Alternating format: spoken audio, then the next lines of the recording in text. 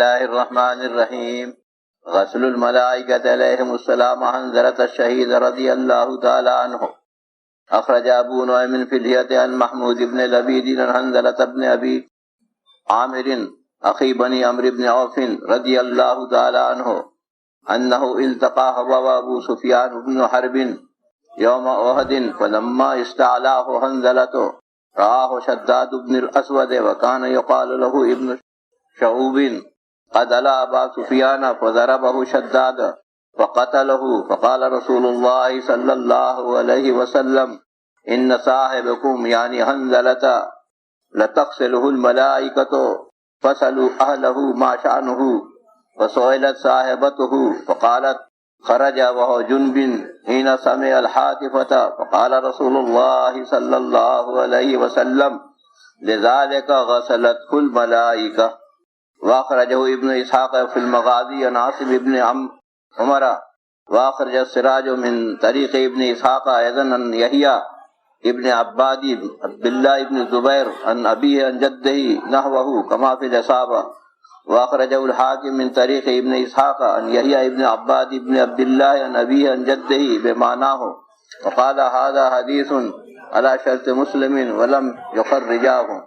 غسل الملائكة عليهم السلام سعد بن معاذ رضي الله تعالى عنه.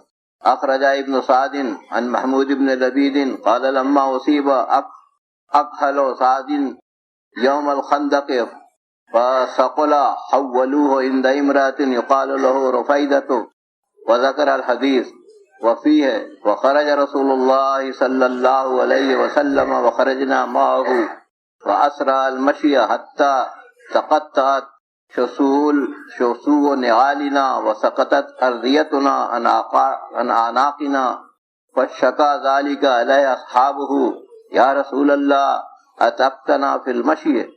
وقال إني أخاف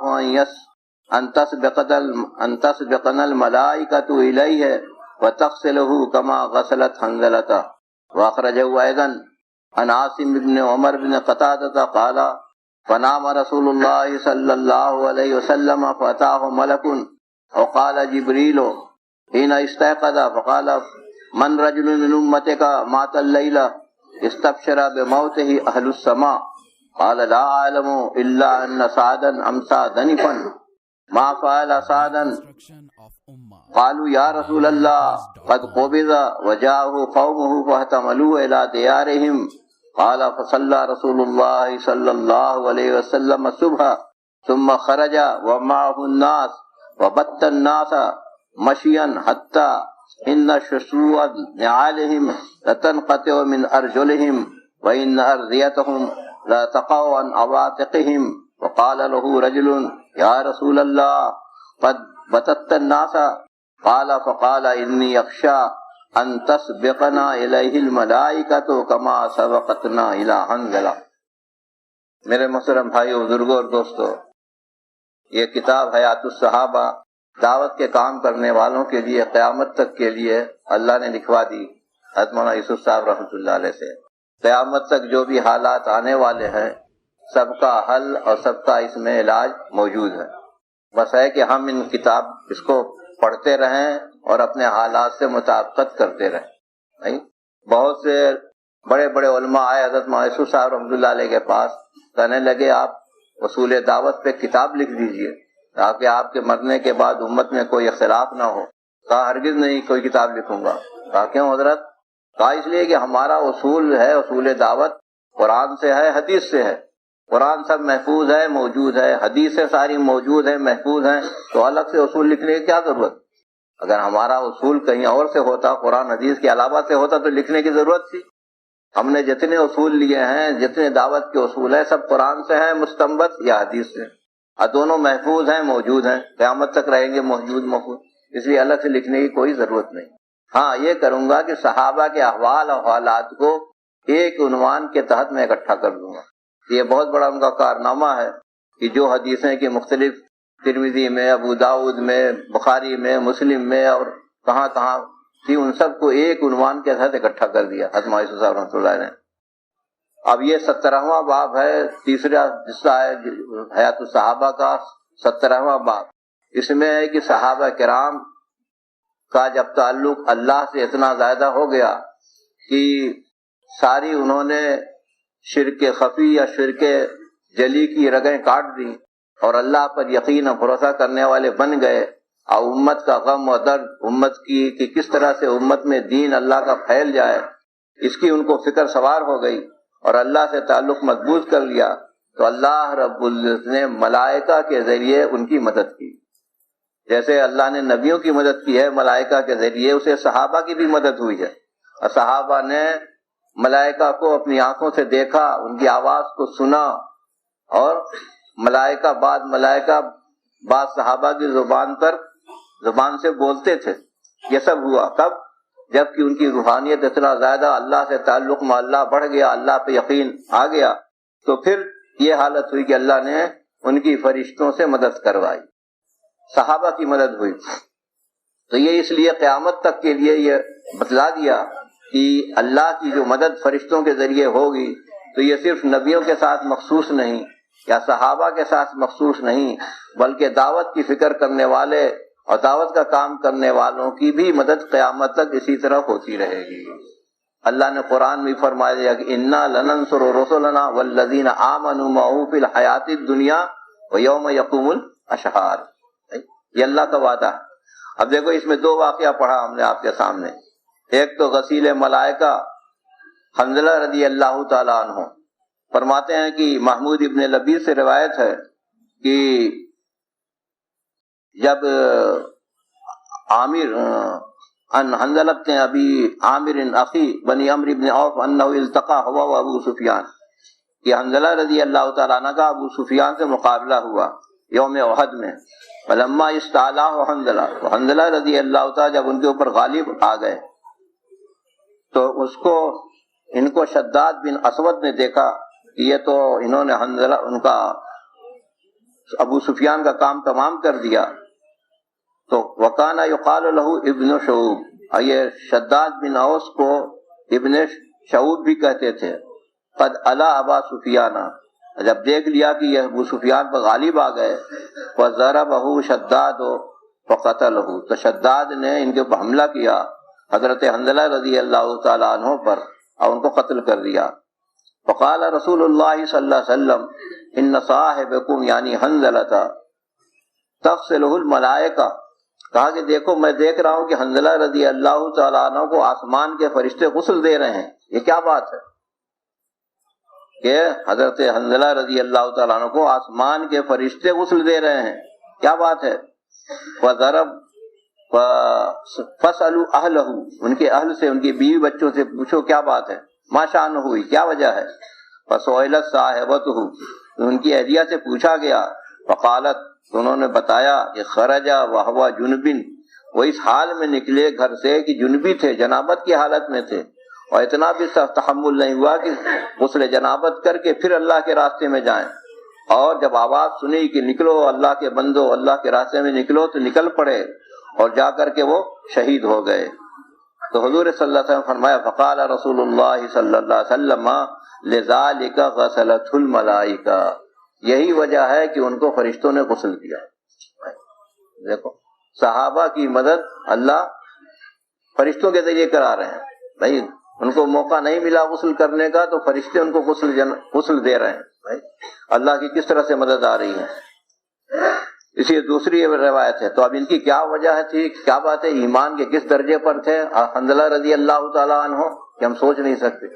ایک مرتبہ گھر سے نکلے اور کہنے لگے نافق حنظلہ نافق حنظلہ، یہ حنظلہ تو منافق ہو گیا، اللہ کے نبی صلی اللہ علیہ وسلم کی خدمت میں جا رہے ہیں، راستے میں صدیق اکبر مل گئے، پوچھا کہاں جا رہے ہو حنظلہ؟ کہا کہ یا رسول اللہ یا اے ابو بکر میں جا رہا ہوں حضور کی خدمت میں، میں تو منافق ہو گیا، نافق حنظلہ نافق حنظلہ، حنظلہ منافق ہو گیا۔ کہا کیا ہوا؟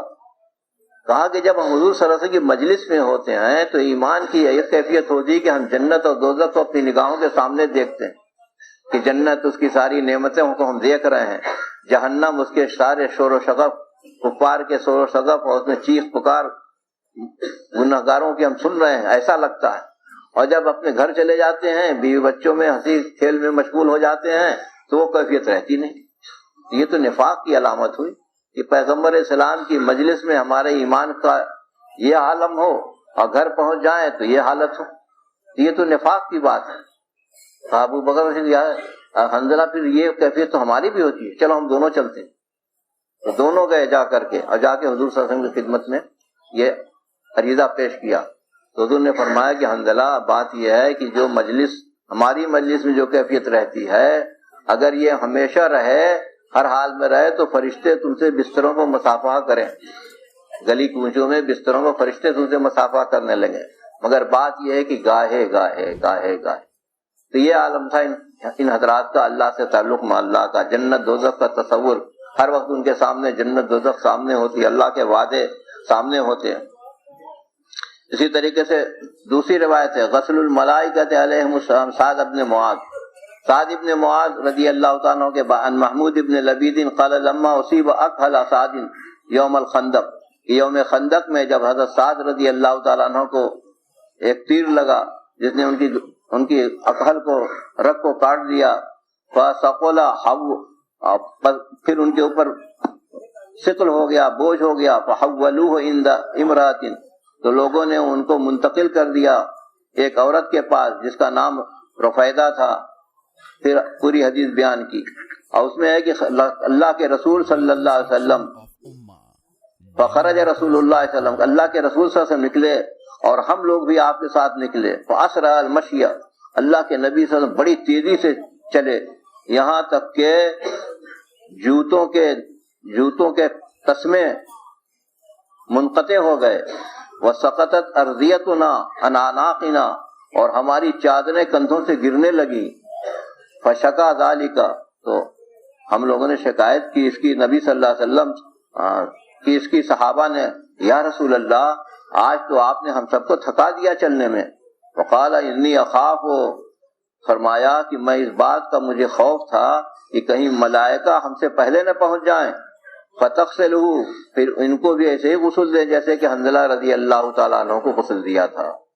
اس بات میں نے تیزی سے چلا، بھاگ کر آیا کہ کہیں ایسا نہ ہو کہ ہم لوگ محروم ہو جائیں غسل دینے سے، جیسا کہ حضرت حنظلہ رضی اللہ تعالیٰ عنہ کو غسل دیا۔ تو میرے دوستوں ساتھیوں، اسی طرح سعد ابن معاذ رضی اللہ تعالیٰ عنہ، ان کی بھی بڑی قربانیاں ہیں۔ انہوں نے دعا کی تھی کہ یا اللہ اس وقت تک مجھے موت نہ آوے جب تک کہ حضور صلی اللہ علیہ وسلم کا کوئی مقابلہ کرنے والا دنیا میں باقی نہ رہے، یعنی اسلام کا غلبہ ہو جائے، میں اپنی آنکھوں سے دیکھ لوں، پھر مجھے موت آئے۔ تو ان کو زخم لگا تھا کئی سال پہلے، لیکن اللہ کے نبی صلی اللہ علیہ وسلم نے ان کی مرہم پٹی کر دی تو ٹھیک رہے۔ اور پھر اگلی روایت میں ہے کہ جب ان کا انتقال ہوا ہے، عن عاصم بن عمرو بن قتادہ قال فنام رسول اللہ صلی اللہ علیہ وسلم فاتاہ ملک، کہ اللہ کے نبی صلی اللہ علیہ وسلم ایک رات سوئے تو فرشتہ آیا اور کہنے لگا، یا تو فرشتے تھے یا جبریل علیہ السلام تھے، حین استيقظ، جب آپ اٹھے تو فرمایا من رجل من امتک کا ماتا اللیلہ، آج کی رات تمہاری امت میں سے کس کا انتقال ہو گیا کہ جس کی موت پر سارے آسمان والے خوشیاں منا رہے ہیں؟ تو اللہ کے نبی صلی اللہ علیہ وسلم لا عالم، مجھے علم نہیں اس کا، الا ان سعدا امسا دنفن، لیکن یہ کہ سعد کی طبیعت بہت زیادہ خراب تھی۔ تو آپ نے پوچھا ما فعل سعد، سعد کو کیا ہوا سعد کا؟ تو لوگوں نے بتایا یا رسول اللہ قد قبض، رات ان کا انتقال ہو گیا، وجاءہ قومہ، اور ان کی قوم آئی اور ان کو اٹھا کر اپنے وطن لے گئی۔ قال فصلی رسول اللہ صلی اللہ علیہ وسلم صبح، تو اللہ کے نبی صلی اللہ علیہ وسلم صبح کی نماز پڑھی اور پھر آپ نکلے، اور آپ کے ساتھ سارے صحابہ بھی تھے۔ وبت الناس مشیا، تو لوگوں کو تھکا دیا چلنے میں، حتی ان شسوع نعالہم، یہاں تک کہ ان کے جوتوں کے تسمے ٹوٹ کر گرنے لگے ان کے پیروں سے، اور ان کی چادریں کندھوں سے نیچے گر رہی تھیں۔ وقال له رجل یا رسول اللہ، ایک آدمی نے کہا کہ اے اللہ کے رسول صلی اللہ علیہ وسلم قد بتت الناس، یا آپ نے تو لوگوں کو تھکا دیا۔ قال فقال انی اخشى ان تسبقنا الیہ الملائکہ، تو کہا کہ مجھے خوف تھا کہ کہیں ایسا نہ کہ مجھ سے پہلے فرشتے پہنچ جائیں، جیسا کہ حنظلہ رضی اللہ تعالیٰ عنہ کے پاس پہنچ گئے۔ تو میرے دوستوں ساتھیوں، اس طرح سے صحابہ کی فرشتوں کے ذریعے مدد ہوتی تھی، لیکن یہ کب؟ جبکہ ایمان کے اعلیٰ مقام پر پہنچے ہوئے تھے۔ اور ایمان بنے گا دعوت کے ذریعے. جتنا ہم دعوت کے کام میں لگیں گے اتنا ہی زیادہ ایمان بڑھتا چلا جائے گا. اللہ نے یہ موقع دیا ہے بھائی ایمان کے بنانے کا، ایمان کے بڑھانے کا، اور ایمان کی محنت میں لگنے کا، لگانے کا. اللہ ہمیں اور آپ کو موت تک اخلاص کے ساتھ اس میں لگانے کی توفیق عطا فرمائے. یہ وقت ہے اللہ سے تعلق معلّہ پیدا کرنے کا. خوب اٹھ کر کے استغفار کریں، اللہ سے دعائیں کریں. اللهم صل على محمد وعلى آل محمد كما صليت على إبراهيم وعلى آل إبراهيم إنك حميد مجيد. ربنا آتنا في الدنيا حسنة وفي الآخرة حسنة وقنا عذاب النار. ربنا لا تزغ قلوبنا بعد إذ هديتنا وهب لنا من لدنك رحمة إنك أنت الوهاب. رب اغفر وارحم وأنت خير الراحمين. وصلى الله تعالى على خير خلقه محمد وآله وصحبه وذريته لبيته أجمعين برحمتك يا